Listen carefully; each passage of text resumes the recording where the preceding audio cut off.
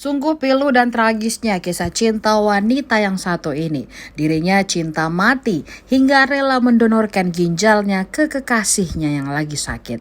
Saat si pria sembuh, malah selingkuh dengan wanita lain. Si pria bahkan tega meninggalkan si wanita seorang diri begitu saja.